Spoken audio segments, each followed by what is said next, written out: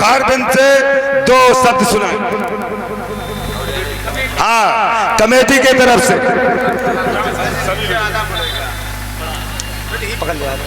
अरे नहीं, कैसी बात कर रहे हैं? जवान विधायक है आपका। एक बार जोरदार ताली हो जाए। कैसे समझ रहे विधायक को अपने तुम लोग हैं? क्यों? आप लोग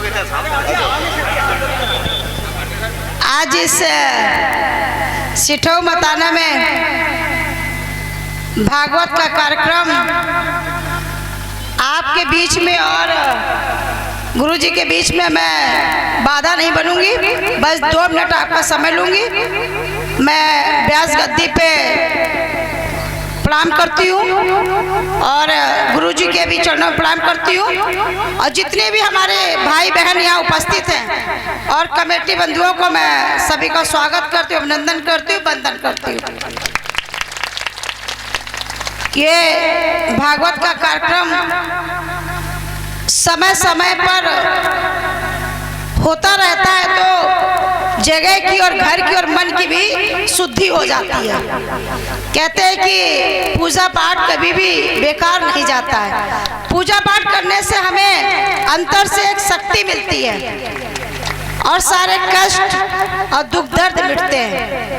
कहते हैं कि यदि अपनी शुरुआत सुबह नहा धो करके भगवान के चरणों से शुरुआत किया जाए तो सारा दिन अच्छा बीतेगा।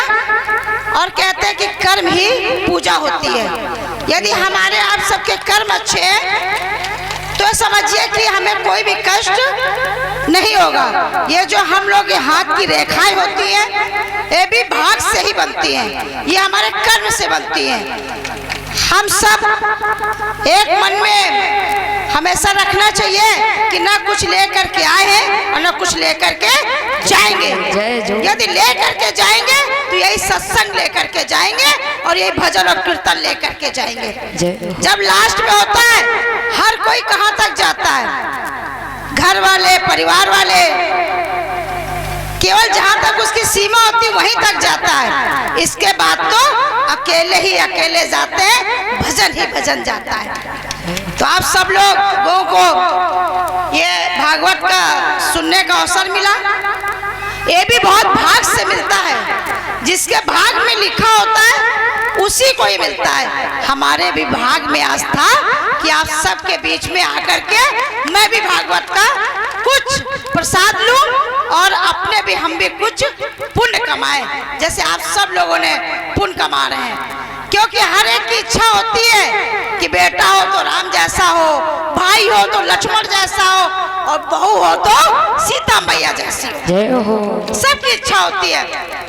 अभी आप लोगों ने देखा 22 जनवरी को अयोध्या में श्री प्रभु राम की प्राण प्रतिष्ठा हुई।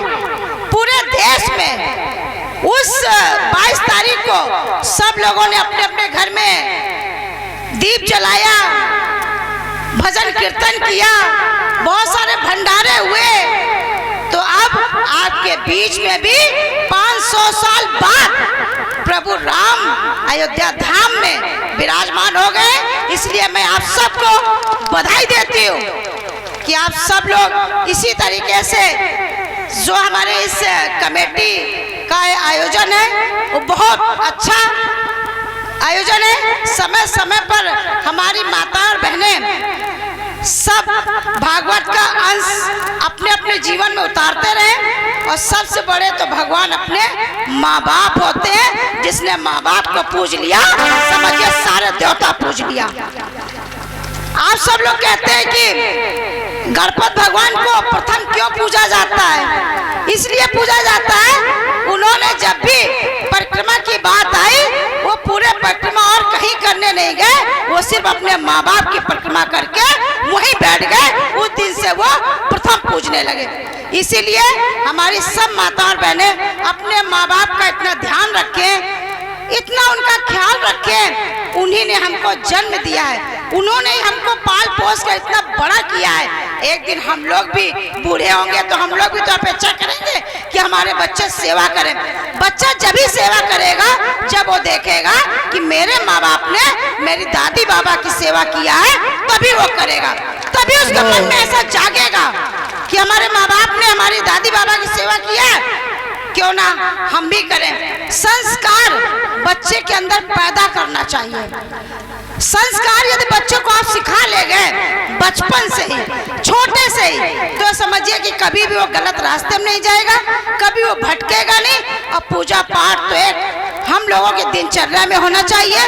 रोज नित्य पूजा पाठ शाम को भी और सुबह भी करनी चाहिए। इसी के साथ हम सब के सारे कष्ट दूर होते हैं, सभी की मनोकामनाएं पूरी होती है। हम सब की भविष्य की उज्जवल की कामना करती हूँ। सभी बच्चे, हमारे बेटियां सब पढ़ लिख करके ऊंचाइयों तक पहुँचे, सब अपने माँ बाप और गांव का नाम रोशन करें।